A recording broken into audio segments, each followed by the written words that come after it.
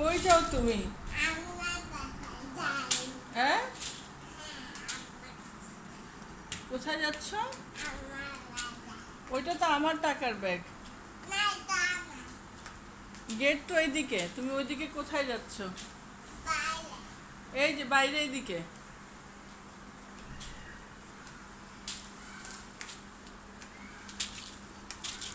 CNG ওয়ালা আসছে?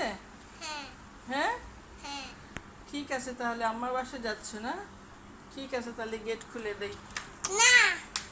ঠিক আছে।